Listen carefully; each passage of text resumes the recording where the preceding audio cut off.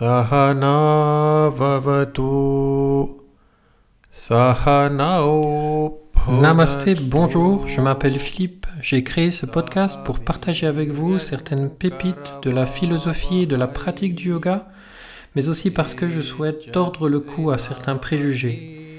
Alors si vous souhaitez en savoir plus, si vous souhaitez avoir une information plus traditionnelle, mais néanmoins parfois décalée, je vous invite à écouter ce podcast et à le partager.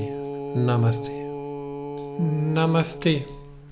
Ce podcast sera différent de ce que vous avez pu lire sur le sujet de la relaxation.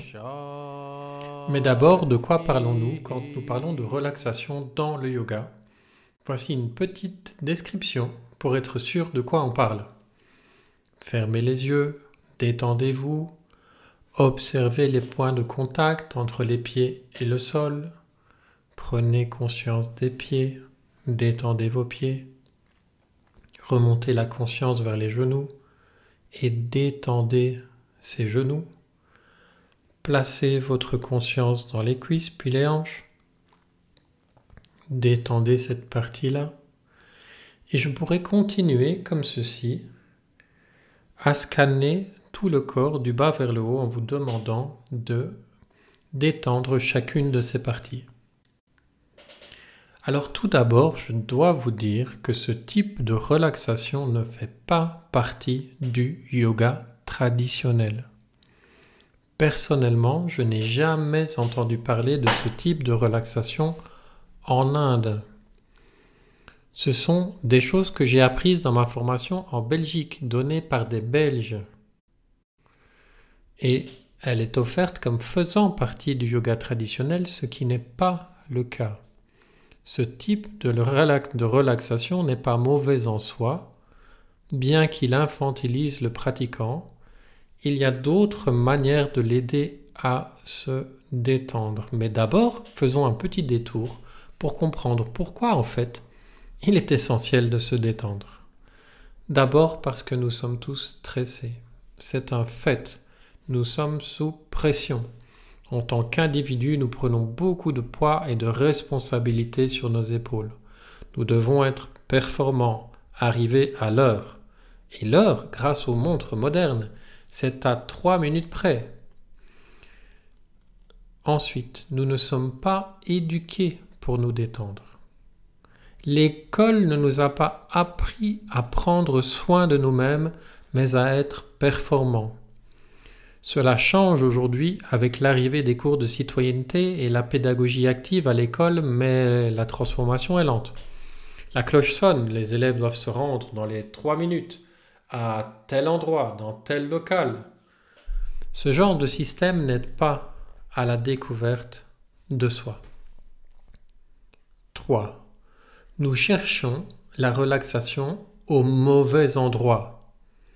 Beaucoup parmi nous cherchons la détente dans des paradis artificiels modernes comme l'alcool, le tabac, le sucre, les chips, le divan, la télé, etc., etc.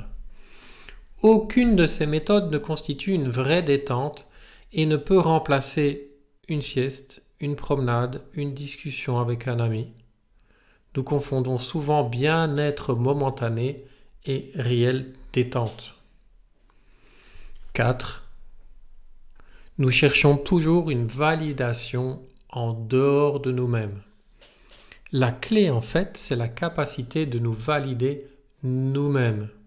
En Occident, nous cherchons beaucoup trop souvent une validité à l'extérieur de nous, parce que nous sommes jugés en fonction de nos résultats, de notre capacité à répondre à des problèmes extérieurs, à suivre des règles, à ne pas dépasser de notre petit espace. Depuis toujours, nous cherchons une validité à l'extérieur de nous. Nous devons changer cela.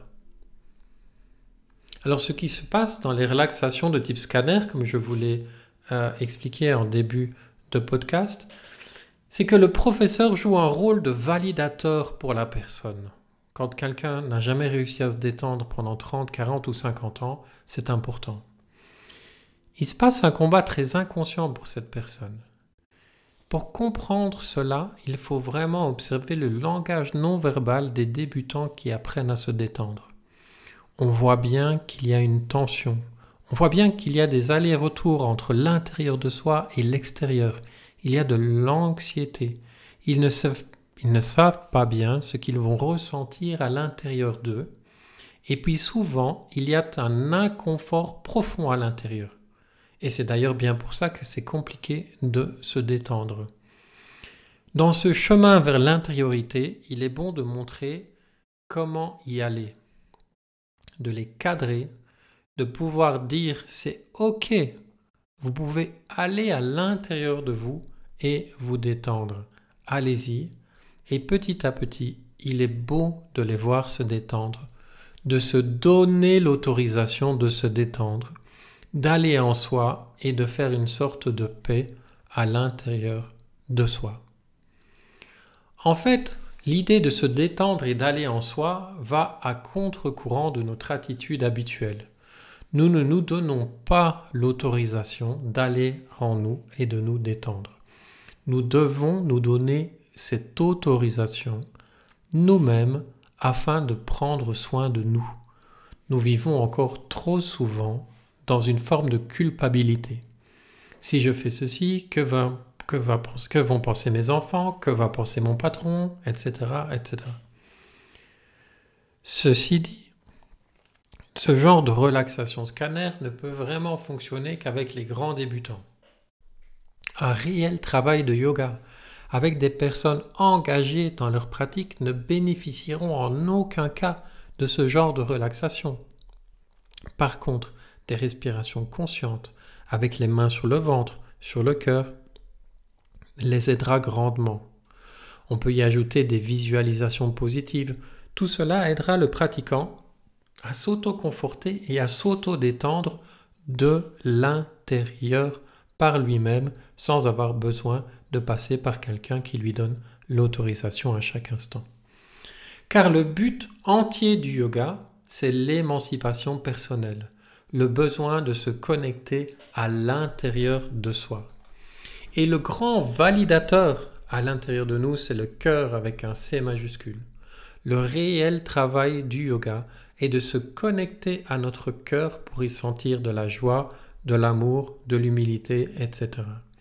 Et si nous suivons ces conseils, nous n'avons plus besoin d'aller chercher une validation à l'intérieur de nous.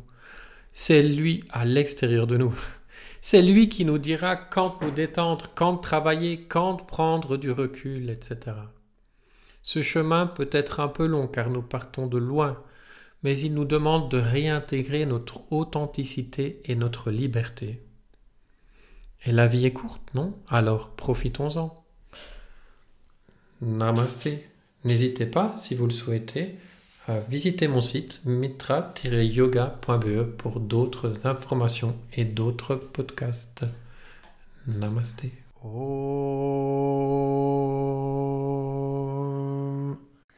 Sahana Vavatu Sahanao Bhunaktu Sahaviryam Karavavahai Tejasvinavadhitamastu Ma Vidvishavahai Om